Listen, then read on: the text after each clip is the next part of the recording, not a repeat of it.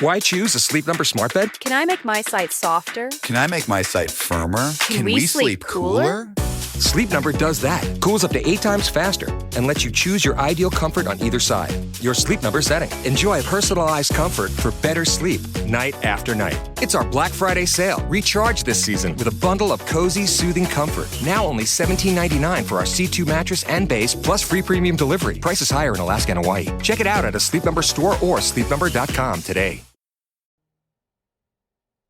The Tigers eke one out in the final home game of the season. We're breaking it down on the Hannycast. The Hannycast, a weekly LSU football film study with Charles Hanagriff and former LSU tight end Richard Dickson. Now to break down the Tiger tape, here's Charles and Richard. I'm Charles Hanagriff along with former Tiger Richard Dickson, and we'd like to welcome all you football junkies into the podcast because you got to be a football junkie, Rich, to appreciate this. I am a football absolute fanatic that wants to see some of the things that can be improved on by watching this film.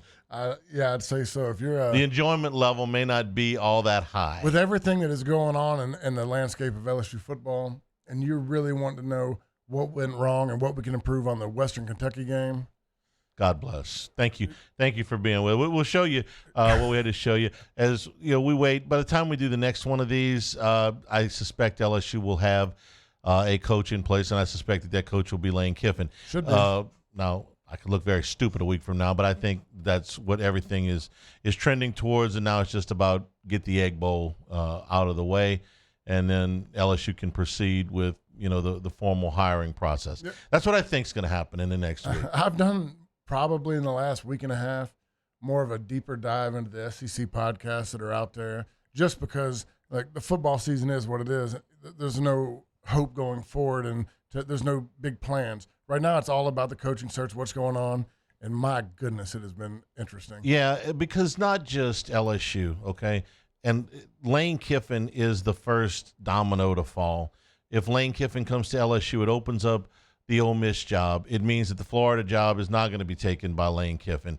If John Sumrall goes to that job or Auburn, is Eli Drinkwitz in play for one of these jobs? The Arkansas job is still out there.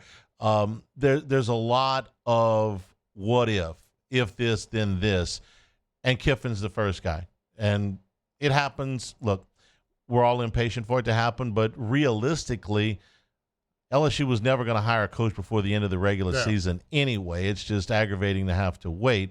Maybe I shouldn't even say that. Virginia Tech did, but I don't think that there was another coach that's not coaching out there like James Franklin wasn't that works here. So we'll see. But I would think next week we'll have some clarity. And when we find out who the next LSU coach is, we'll shift we're hoping to shift the podcast to some film of what that guy did where he was, so we can show you what is coming. And if that's Lane Kiffin, we'll be looking at some Ole Miss film. Yeah. So we're looking forward to that. All right, let's get started here. This is the first play we're going to look at. This is a 3rd down and 5 for Western Kentucky at their own 40-yard line. You're looking at the best part of this film, the best part of the last couple of weeks. LSU's defense is playing lights out. They're playing fast. I think that they struggled maybe a series or two to get this game started. But when you watch what they do here, you have Harold Perkins come off on the right side. This is a rollout fully to the left. Perkins stops it, makes him stop his tracks, and Pyburn gets him on the backside. I don't remember Perkins setting a whole lot of edges in the middle of the season. No, this is a stranger one, and it's almost like some of that delayed style. He wasn't sure he's coming, but you're getting what we used to call like laser and razor protection when you're sliding all the way out full sail to one side. This would be a laser. They're sliding to the left. Let's look at where he's what is he reading from this? He's kind of in the apex of the triangle here. He's reading the running back. All right, so running back goes. He goes with him. This is a full man coverage. You're going to see when DJ Pickett trails all the way across the side, you're manned up on this side. My guess is Perkins is watching the running back. If he goes to pass block, he's blitzing.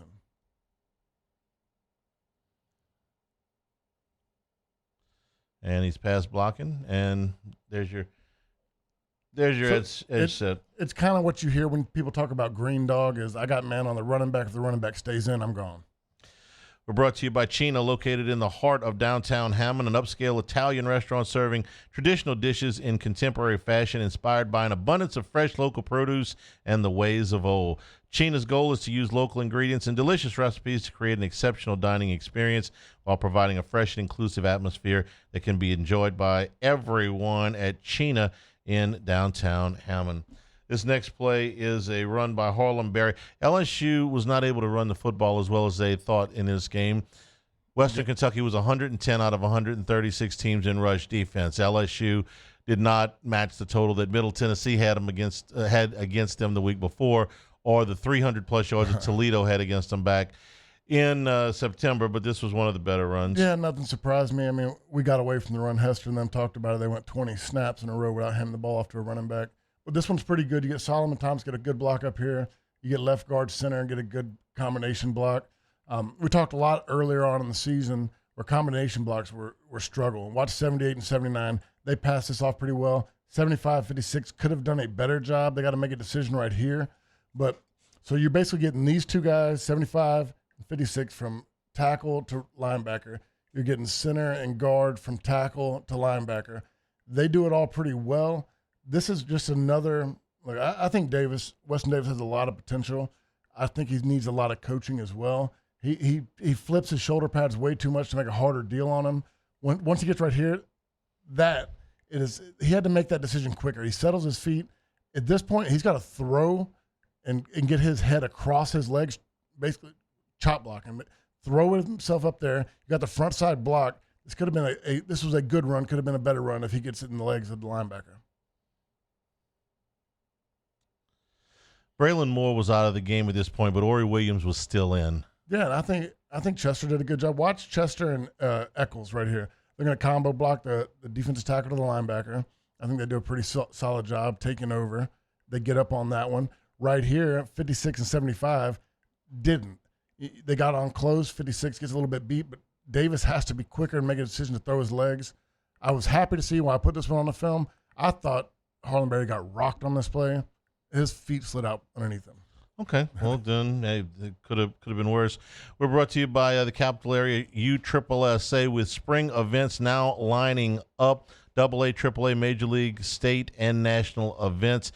Into next spring, contact Lane Petrie at 771-9095, hosting all events here in the Capital Area for the Capital Area USSSA in Baton Rouge. Lane Petrie, 771-9095. All right, let's go to this next play. This is a short pass to Xavier Thomas on a 1st and 10 from the LSU 46. Yeah, for me, this was the footwork of Michael Van Buren. Look, he did not play very well in this game. Bad with accuracy, made some poor decisions. But his escapability right here, understanding where to use his feet, move. These are big plays that we weren't getting early on in the year because we couldn't move that way. But past that, I'm not sure what the offensive line was doing on the backside. You're going to see, obviously, a play action right here with the fake. I don't know who had on the guard. Trades Green was not supposed to block that guy. But the point of this up again. If you watch him, I'm not sure what's going on right here. Everybody's got to step down, and they're slanting. You got to step down. My guess is everybody's supposed to come down and block. Trades is supposed to kick out on the end to sell the run block, but everybody leaves the D tackle running free, and I don't think either one of them saw him coming. But for me, if you back it up, I just go back to the side view. I think it shows the best of what Michael Van Buren did and what he did well in this play by seeing the pressure, stepping up, escaping, keeping his eyes down the field, and still getting rid of the ball.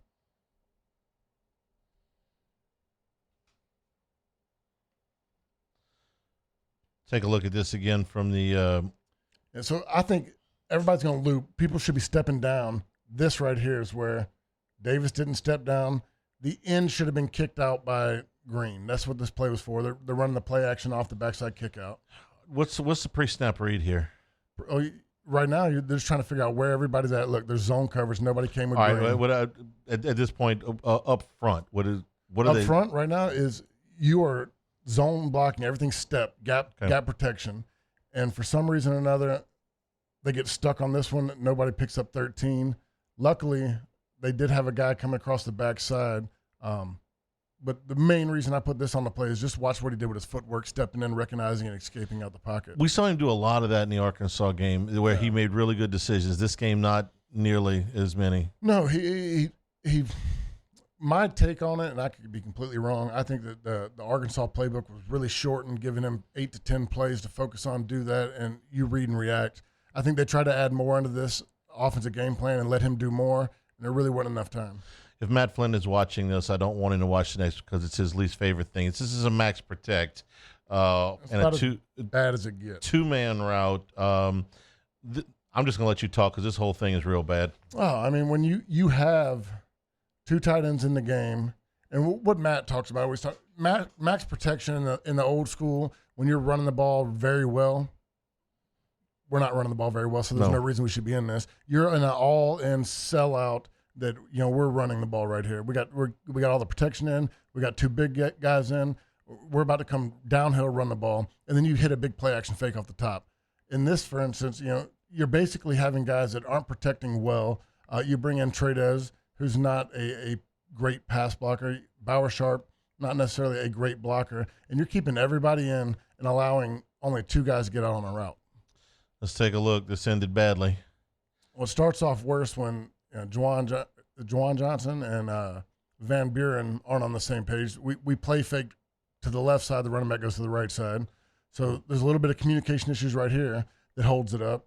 They get a little bit confused. But this one is, he read 44 on the line of scrimmage as not being inside the pass game. He thought he was playing on the line of scrimmage, going to play off that play fake, which he might play off the play fake if we hand the ball to the right side. You might suck him up. My guess is Van Buren was supposed to turn to the right, hand it off right here. It sucks the linebacker up, and he hits him behind him. But because you turn to the left, run back goes to the right, the linebacker never really full sails on the run and gets back. Richard Dickson, there are 8 people blocking 3.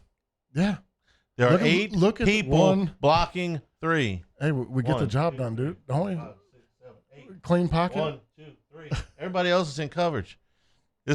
There are 8 people blocking 3. If you asked if we could keep a clean pocket, we finally did it right here. Okay. And so you're trying. I want to be in the Western Kentucky film room. 1, 2, 3, 4, 5, 6, 7. They got 8 people to guard 2 guys. Yeah. This could be Jerry Rice and Lynn Swan, okay? I mean, my goodness. I guess it did get intercepted. You know the sad thing Only thing would have been worse if he'd got sacked. Oh, God, that could happen. But go ahead. I think that he had what he was looking for with Chris Hilton. I mean, you sell out on this play to either hit the dig or hit the deep route. Right here, you got Chris Hilton, the fastest guy in college football, with the one-on-one, and we don't take the shot. Okay, hang on. If he's the fastest guy in college football, how fast is this doggone defensive back that's running sideways keeping up with him? Oh, he doesn't look like he's running very hard, no. in my opinion. But that's the route for right there is designed. We're selling 100% on the run, which why would LSU want to sell out 100% on the run? This is what I came here tonight for, to see a play like that. My goodness. We're brought to you by Dependable Storage, 8 locations across Louisiana and 1 in Gulfport, Mississippi. They'll match any competitor's price and convenient online rentals and payments. Free use of the moving truck for new rental move-ins. Clean, secure, and conveniently located facilities. Check out the website, dependablestorage.com, for locations, pricing, and rentals. Like Skip Burtman always said it, Dependable Storage, they want your stuff. Okay, this next one is a short pass. This is a 4th down and 1. This is LSU playing their ass off on defense. You go back 3 games now. I'm not saying that it's got really much to do with Brian Kelly, but these guys have busted their ass the last 3 games. You had a 4th and 1 stop against Alabama in the first drive of the game. Had a couple crucial 3rd down stops. We saw it against Arkansas. We had a couple big-time 3rd down and 4th down stops. And here goes again. And that's Jakeem Jackson. We ain't seen him on the field hardly all year long. And he's playing his butt off, reading the situation, knowing it's a short yardage situation. He doesn't get a lot of depth. He plays the flat runner. These are guys just playing their butts off. And that, to me, is a tribute to Blake Baker, what he's doing, how he's rallied these guys. I think that they've played their best 3 games all season. Jackson was somebody who was supposed to figure prominently into this defense and really hasn't. I don't think we've seen him since the busted coverage at the La Tech game. that was somebody they had figured on to play a lot. We're probably going to spend more time than we want to in this offseason talking about what went wrong with the transfer portal additions. That was a guy that they thought was going to compete for, at the very least, playing time, but maybe a starter's role, and it's to this point in the season. Kudos to him for staying with it, but it's been a disappointment. For me, it's like, and this is another deal that I have no clue about, but you're seeing a lot of guys get onto the field now that Brian Kelly's gone that weren't before, and I don't know if they pissed him off or they didn't practice the way he wanted to, but these guys are open to playing a few more players, and I'm not saying for the better or worse. You obviously had Mansour Delane out this game, so it allows Jakeem Jackson to get in the game. But when they did get their opportunities, they played their butts off. Good enough for those guys. And every coach has got their favorite. Yeah. They like guys. Well, I know that a head coach that doesn't like a player, doesn't matter how much the position coach liked him, he wasn't getting on the field. Yeah, we've seen that more than one, and multiple head coaches. Yeah, That's not yeah. unique to Brian Kelly. This next one is a Michael Van Buren pass in the short left flat to Kyle Parker. This results in a first down. I lost my place on my play chart. This is a. I'm backing up for you. This is a 3rd down and 8. Okay. This is play 5. I'm sorry, play 6. What I liked about this is another full out. We're sliding to the left. Everybody's going left. We're going to wheel off the backside. You get a bad technique by Davis right here. He doesn't get enough depth. He goes straight down the line, which really doesn't help 3. But this is something Van Buren's done well as far as getting out on the edge, moving his feet. This actually – good play right here. I had more of a problem with this in the post game. The amount of rollouts to the left. I mean, it's a tougher throw for your quarterback. I mean, obviously, I think he rolls out either side well. Good play. We got a good front side block. I just don't understand the amount of left side rollouts we had. And Davis, you can't come. He doesn't blocks nobody. If you roll, the technique is we call it a step down, fan out. Step down, fan out. He just flips his hips and goes down the line. You want to step down, fan out, just to make him run the loop around that guy. He's running too close to the line of scrimmage. He just turned around and backpedaled. He looked like a defensive back right there. He's on the backwards jog there. Yeah. This is a step down, fan out. That's pretty bad, man. That's not a technique that Never seen that one before. Dan Fouch used to drop back in the pocket like that. Dan Fouch, to be the old Chargers quarterback, he had a unique way of dropping back. He just kind of floated back. He would go back with his shoulders parallel to the line of scrimmage so that he could see. Most of their stuff was under center back then. Most of the quarterbacks back then would drop back with their shoulders parallel to the sideline and look like this. Fouch would drop back like this. He was the only guy that really did that very much, Hall of Fame quarterback. I never seen an offensive lineman do it quite like that. No. We are brought to you by Marucci Sports, MarucciSports.com. From a backyard shed to the top of the game. More than just a baseball bat company. 2 decades of crafting the finest wood, metal, and leather in the sport. Here to help you run the game at MarucciSports.com. The Hitter's House, 5801 Segan Lane, 1801 Airline Drive in Metairie. Members have 24/7 access to the members-only cages, bullpen cage reservation opportunities, and a 15% discount at the retail store. Go to MarucciSports.com. All right, this next one is a pass from Michael Van Buren to Trey'Dez Green. This is an RPO. And we run it correctly. Okay. We do a good job. What you're going to see is the RPO is going to be run off this guy right here, the slot guy. What he is doing, he's looking at the guy. If he bites on the run fake, you really see it well from the backside. I'll let it go ahead before we keep talking about it. Oh, we do decide to chop, get him arms down, but not really needed in that situation. All right, here we go. So he's reading 34 right here. If 34 sets back, obviously the slant's gone. You hand the ball off and he goes. But what he does a good job of right here is as soon as 24 bites on the run, he knows that 7's one-on-one, get on the inside and throw him the ball. So it's all based off of him. Once he bites down, it allows that inside gap for the slant. All right, we got on Weston Davis the last time, but he does go down and try to get this kid on the ground here on the and this is where I get a little bit frustrated because they can do some of these things. I just told you 2 or 3 plays ago what he was supposed to do is chop the guy, and he doesn't do it. On this one, he does chop him because the idea of this play is if I have to pull it and throw it, I need his hands down. Get his hands down. So, I mean, well executed, well read, and, good catch. That was the touchdown. The one touchdown. Outside of Southeastern now, we're up to 16 touchdowns on the season. 16 touchdowns. Yeah. The team they're playing this Saturday, pretty good defense. I'm not sure if you're familiar with them. All right. Got another defensive play here. This is a sack by LSU on a corner blitz. So you can't really tell on this one, and where I would correct, this is a great play. Get a good pressure right here, knock him off the ball. I think they fooled a quarterback with less than, I think, what's his fourth or fifth start, young starter. He's the guy that should have read this. Hit pause. Your two safeties, do you understand how close they are to each other? Yeah. That is selling that we're cheating somewhere. We are never standing within 6-7 yards apart from each other. When you look at the outside, and you'll see it on the next one, our corner is cheated so inside. He should know all day long corners blitzing right here. It is so obvious to the fact that they're moving. Everybody's even moving before, which, look, they pull it off. I would like him to hold on to that disguise a little bit longer. A quarterback. Right. So right here, look, you got your two deep safeties playing pretty dang close. And let it roll just a few more seconds. You're going to watch the corner slide in another 2 steps. Look, his feet are moving right there. They start sliding. He starts – that quarterback, if he's looking at the safeties, which you talked about every quarterback, the first thing they do is see where the safeties are. He saw everything he needed to see. This is pretty blatant that he's coming, he's got the wide receiver, and he's over the middle of the field. Luckily for us, it was this was set up to be a screen coming out the back way, but DJ Pickett gets home. If he is looking to his left where the corner blitz is coming, he can get that ball out there before Halsey can get there, and then it's a one-on-one, right?